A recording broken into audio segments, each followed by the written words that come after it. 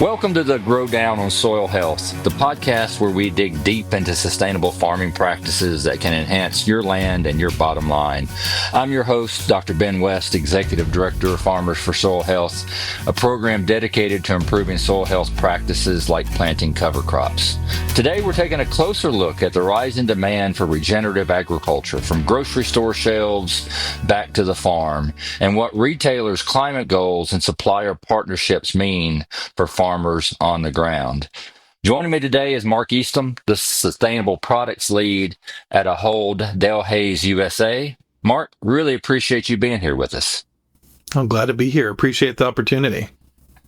Mark, as we were talking before the podcast, just getting to know each other a little bit, I found out you lived for 12 years in one of my favorite parts of the world, Northwest Arkansas.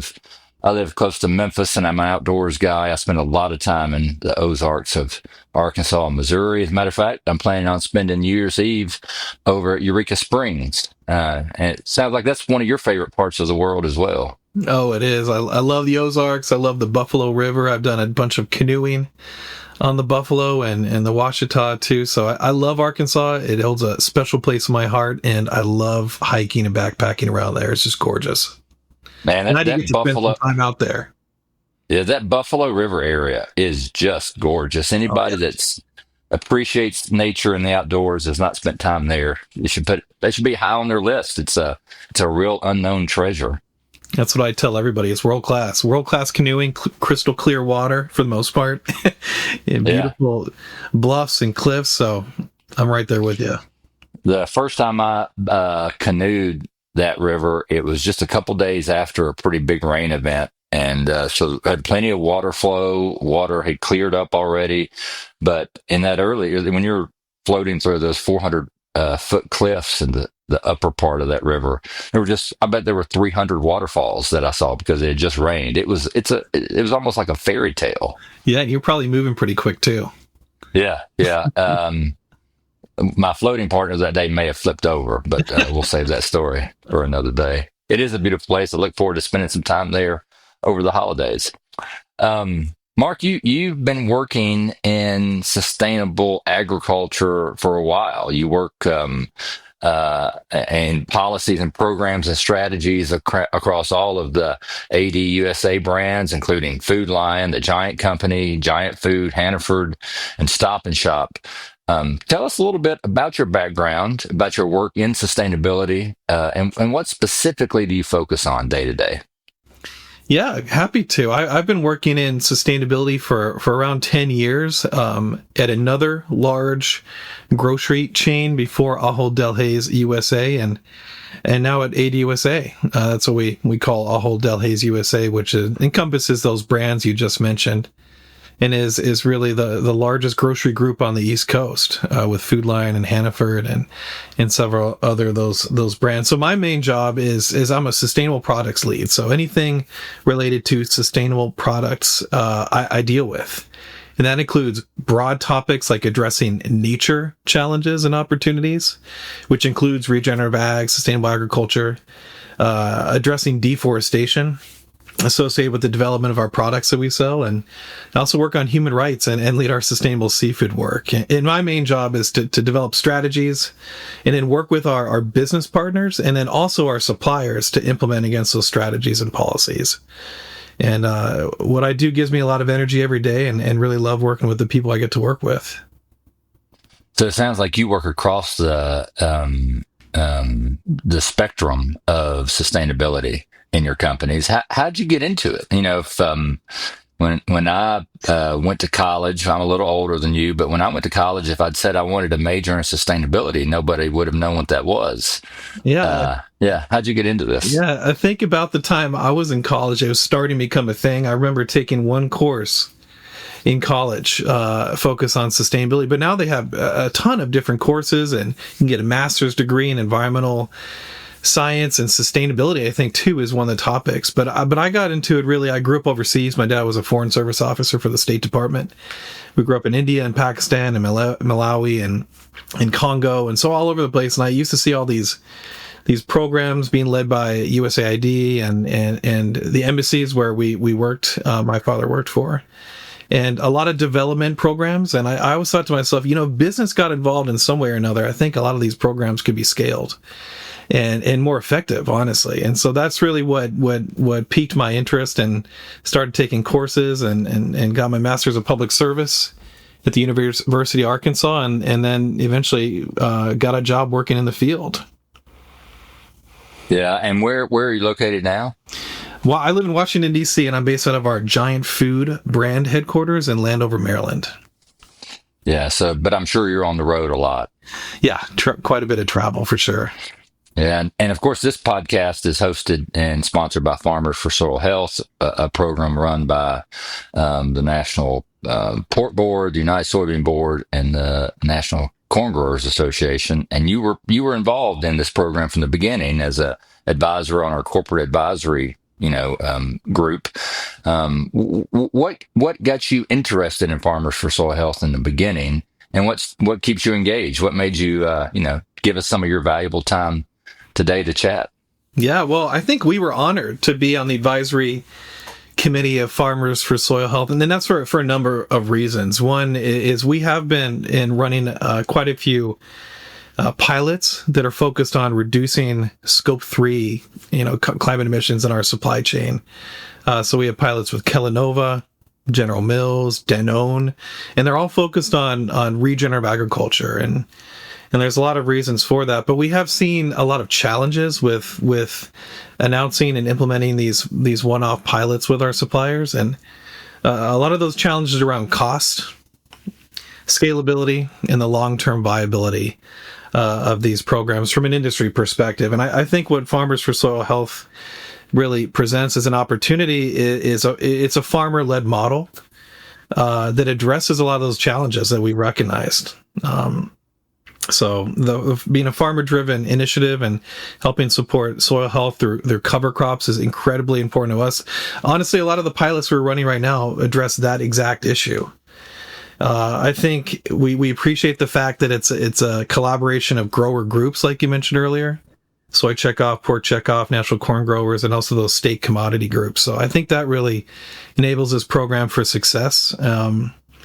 And we also appreciate the scale of the target and the goal. So that 30 million acre commitment by 2030, that's big. That's huge. Our pilots don't get that high in terms of the acres we're targeting. And the last thing I'll say is this: the cost barrier is something that is really significant, and we've recognized as we're continuing to test, learn, and scale with these Scope 3 pilots I mentioned earlier. And so the amount of the USDA grant, I think, is a really helpful aspect of the Farmers for Soil Health and helping lower that cost and barriers to adoption. So those are all the reasons why we're honored to be at the table and on the advisory committee and part of the discussion with Farmers for Soil Health. I spent a lot of time talking with farmers and people in the ag community about why farmers and ag professionals should care about sustainability and regenerative agriculture. It's real clear to me. We've got 2 billion more people coming to the planet in the next 30 years, and we're going to have to feed, clothe, shelter, and power them with the less land and less water than we have today. Mm-hmm. It seems the only way to get there is to really double down on sustainability. So it's really easy, to help farmers understand why sustainability is important. But what about retailers? What there's so much interest and talk right now amongst food companies, both CPGs and retailers. What's driving that interest? Yeah, I think one, it's great that you're outlining the challenge. We have a lot of challenges around, they connect to our sustainability goals, and really the long-term viability of our business. But to answer your question, I think consumers are more and more looking for sustainable products, and our customers frankly care. I think our customers over-index in really looking for sustainability attributes compared to other retailers. And I'll give you an example of that. Around 79% of our customers say that acting sustainable as a retailer is important. And that's based on consumer insights and studies that we've conducted. So our customers care. That's one of the reasons why why we're prioritizing, this initiative, others, and our broad sustainability commitments as a whole. What is a sustainable product? I think in the context of this discussion, it's products that are tied to soil health, environmental benefits, and also like how retailers respond to that demand. So I think that's number one. I think the second thing I'd mention is that we and other retailers too have climate goals. And agriculture is one of the, I think, largest opportunities to reduce carbon emissions in our supply chain. And so to achieve the goals that we've set out, that our investors care about, that our customers care about, that our nonprofit, both critics and allies care about, we really have to focus on ag and support our farmers and being more efficient, and also, giving them the tools to reduce carbon emissions in their supply chain. So I think those are some of the reasons why we believe this work's important. And I mean, maybe one thing to add too is that to be a business now and in the future, we need to make sure we have surety of supply of commodities and crops that are integral to the products that we sell. And so we really want to make sure that we are empowering our farmers who we don't buy directly from to be as efficient as possible, reduce inputs, and then, help us continue to serve our customers. You talked about consumers, and obviously you cited several studies, and I've read several. Obviously, consumers are interested in sustainability. But as I first entered the sustainability space a few years ago, not in agriculture, in a different field, I was interested to learn a company I was working with, what was driving their sustainability goals as much as consumers were their shareholders and their investors. I'm curious how that dynamic plays out with your company and all the companies you work with. Yeah, I think investor, I'll call it pressure here. That has a negative connotation, but I don't think it's always a negative thing. We talk to our investors a lot, primarily led by our group function. We are not just in the U.S. We're Ahold Delhaize is a global company based in the Netherlands, and investors push us on a lot of sustainability topics, not just nature and regen ag, but climate, food waste, human rights, and I would say that is a major driver in the enthusiasm and focus on a lot of these sustainability topics. I'm really curious. You talked about environmental outcomes. I'm really this whole suite of practices that we, Farmers for Soil Health, and many others in the ag space are helping farmers to incorporate: cover crops, no-till, filter strips, nutrient management. All of those practices produce a whole variety of environmental outcomes. It may be carbon reduction, could be carbon capture, could be water quality, soil erosion, biodiversity. I'm curious, as you talk to your folks in your circle, both your consumers, the companies you work with, your retailers, and your investors, which of those environmental outcomes are really driving decision making? Which ones do you think are people most interested in, and then why? What's driving that? Yeah, I mean, I'll just start. I mentioned this a lot. Carbon, our emissions in our supply chain. That is a key focus right now for us. Water quality, I would say, and water use efficiency is another KPI or area that we want to prioritize in the future. We don't do too much on water right now. I think we recognize it as a co-benefit to a lot of the work that we currently do, like those pilots I mentioned earlier. I think those are really the two main things that we're focused on from a sustainable products perspective. But, again, like outside of just the environmental issues and topics we work on, health is really important. It's a strategic pillar of our work. And so we have commitments to sell healthy products to our customers. And I think one thing we're trying to sort out a bit more is understanding how a lot of this sustainability work ties into health benefits. And you talk about sustainably grown crops and how they potentially result in higher nutrient density foods. So that's something that I think we've recognized. We understand there's a lot of good studies out there, but we have more work to do in terms of understanding how we can account for that and really encourage that type of work and understanding in our programs and in future initiatives too. Yeah, I appreciate that broader perspective. I always get bothered when we focus on like single outcomes Mhm. because the world's not that simple. A farm, the land is a complex, interconnected system. And what you do may have effect on carbon, but also lots and lots of other things. And obviously, climate outcomes really important. But sometimes I think they distracted a little bit from all of the other environmental outcomes from some of these practices that are just as important. What you talked about, water quality. And if you look at, I'm a wildlife biologist by background. I work in conservation a lot.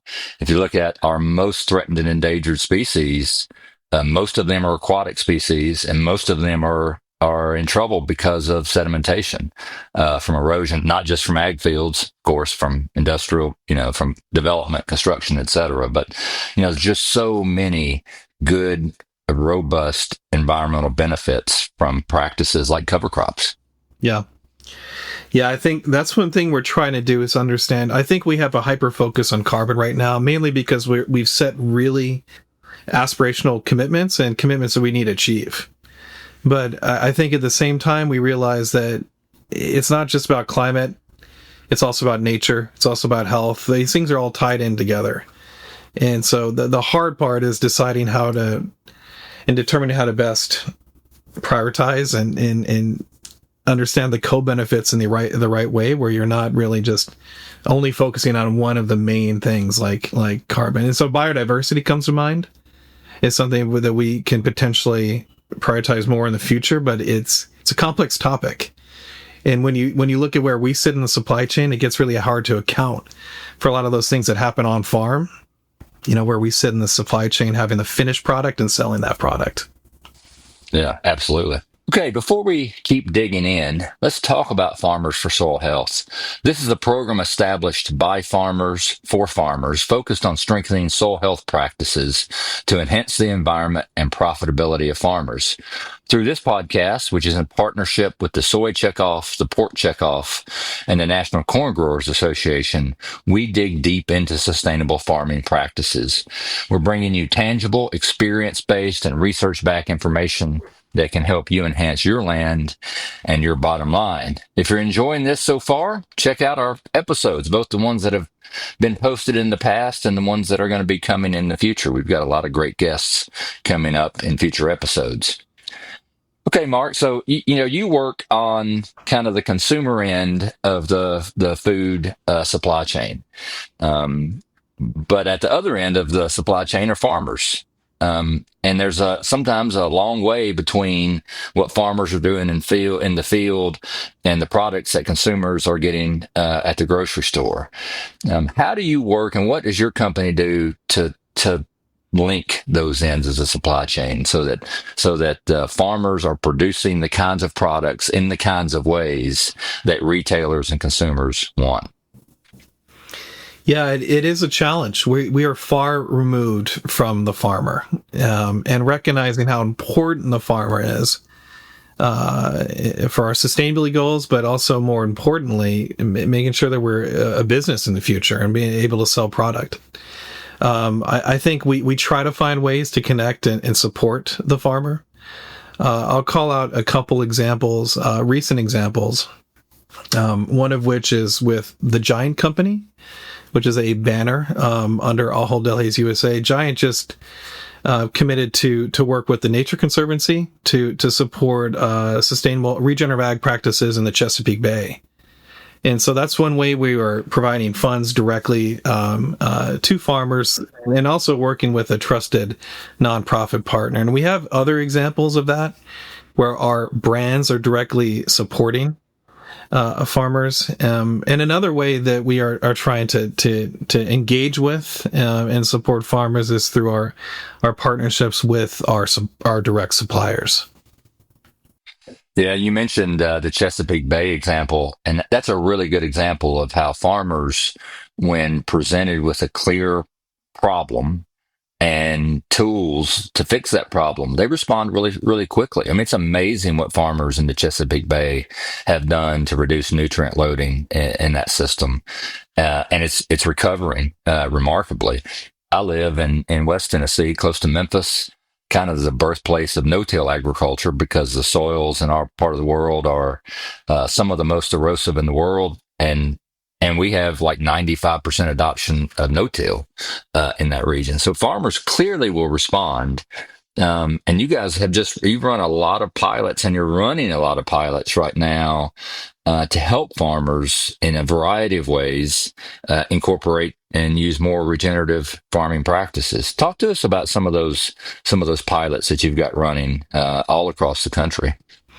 Yeah, and we've launched quite a few partnerships with suppliers over the last year, and focused on cost sharing with our suppliers, and ultimately helping provide resources and technical expertise to assistance, I'll say, to farmers in our supply chain. And also they're focused on education and just practice adoption of sustainable practices for farming. And I'll just give you a couple examples because we're really excited about these programs, and they really support our mindset, align with our mindset of testing, learning, and scaling. Now, we're a retailer. We have these really, I would say, challenging and aspirational commitments, but we really need to lean on our suppliers to figure out what works best, what's most cost effective. And the first pilot I'll call out is with Kellanova. It's really supporting the use of cover crops and no-till in North Carolina for wheat, and that wheat goes into the Cheez-Its that we sell across our brand. So the great part about that program and these others is that we're supporting efforts at the farm level, and it's connected to products that we sell to customers in the end. So really excited about that. Bartlett Mark, Green. I have to say, it's going to be hard for me to pay attention because you just mentioned my favorite snack food of all time. I cannot open a box of Cheez-Its and eat from the box, or I eat the whole box. So if I get a box of Cheez-Its, I have to take some out and put in a bowl and limit myself. Well, you should go to Food Line or any of our other brands and buy some Cheez-Its, and we'd be happy for you to buy as many as you want. The extra toasty is the best flavor, if anybody's wondering. All right, sorry. I love it. I had to mention that. So that's a really exciting one. But then you got several others. Tell us. Yeah, and hopefully they're connected to products that you love just as much as Cheez-Its, but I feel like they may not be. But they might now. Yeah. Yeah. So we have another one working with General Mills and ESMC, and that's focused on nutrient management and cover cropping in over 70,000 acres of farmland in Kansas and Canada too, and that's focused on wheat and oats. And the cool part about these two programs is that we work with our suppliers to figure out, what is our share of the acres that go into that are used for commodities that go into our products that we buy from you. So it really represents a large portion of our footprint with our suppliers. And just two more, Campbell's company. We're working with them on a potato regen ag program where it's a 3-year program focused on supporting soil health practices in North Carolina, New York, and Michigan. And it's on 1,000 acres of potato farmland. And those potatoes go into kettle and Cape Cod chips, and also Campbell soup. And we sell a lot of those products as well. And those are products I personally love too. And the last one is the most recent program that I'll mention. It's with Danone North America. And this is focused on methane. And it really covers yogurt products that we buy from Danone. And this program is focused on supporting manure separation, compost management, compost turning, using a tool called Rain 360. And it's really a machine that autonomously delivers water, nutrients, and manure. It leads to much more efficiency in those practices. And the last is manure spreading. So this one's really focused on methane. It's our focus. It's also including around 10 farms and 2,000 head of cattle. So some of these are pretty big programs, even in the first year, but we're really hoping to scale these in the future. And we're really, we're learning quite a lot. And we have a lot more to learn too, but we really appreciate the partnerships with our suppliers and ultimately all the efforts of the farmers that go into making these programs successful. You mentioned several times growing at scale. I'd like to end our time maybe together just talking about that a little bit. Obviously, we have made a lot of progress. There's a ton of interest right now throughout the supply chain, at the farmer level and at the retailer level and everything in between, and more regenerative, sustainable practices. And farmers are adopting more sustainable practices. We're making great progress, but we still have a long way to go. And I'm curious from your seat, from your perspective and the work that you do, what do you think are the really critical things we need to pay attention to in the next 5-10 years to help scale adoption of some of these practices? Yeah, and I'll say that is a challenge. That's something we're trying to figure out through these pilots with suppliers, and just thinking about some of these challenges broadly. I love the Farmers for Soil Health model. I think any way that we can lower the cost of adoption of some of these practices, lower the risk that farmers have to take on when they change practices. And ultimately, sometimes it takes a long time for farmers to see some of the benefits of these regen ag practices. So I think that's the main thing. One of the main things we need to do. We need to think through how we work with suppliers to make some of this stuff more business as usual. Well, cost is a real issue, right? I mean, that's the main big threat right now. If you look across the food supply chain, from the farmer to the retailer, at every step, margins are pretty tight.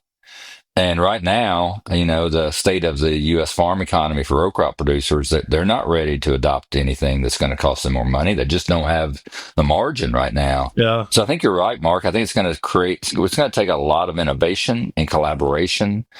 And I think, programs like Farmers for Soil Health, we're trying to bridge the gap between farmers at the very beginning of the food supply chain, to folks like you, retailers. That's going to be really, really critical in the future.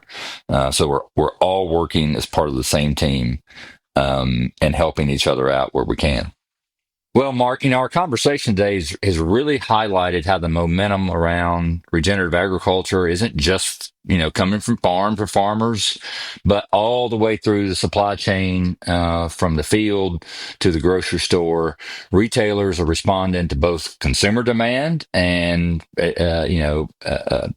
demand from their shareholders and investors to adopt more and more sustainable practices, both that benefit the climate, but also lots of other environmental issues like biodiversity and water quality and soil erosion. And what that all means is that, the decisions that farmers are making today about how they farm on their farms can really influence the product that consumers are getting when they go to the grocery store. And I know you all are right at the tip of the spear in that work. So really appreciate your work, and your collaboration. Well, thank you. Thanks for the opportunity today. And also just want to say, really appreciate the efforts of Farmers for Soil Health. I really think that type of model is what we need to scale regenerative ag and reduce the cost and risk that farmers take on with adopting different kinds of practices that have sustainability outcomes. So really appreciate what you all are doing, the farmers who are engaged, and thanks again for the opportunity to talk with you all today. Yeah, thank you, Mark. Thank you for joining us. And if you're listening and you enjoyed this episode, make sure to rate our podcast, follow us on social media, and check out our website, farmersforsoilhealth.com, where you can find out more about our program, how you can get involved, and more information about regenerative farming practices, especially cover crops. Stay tuned here for more insights on sustainable farming practices. Until next time.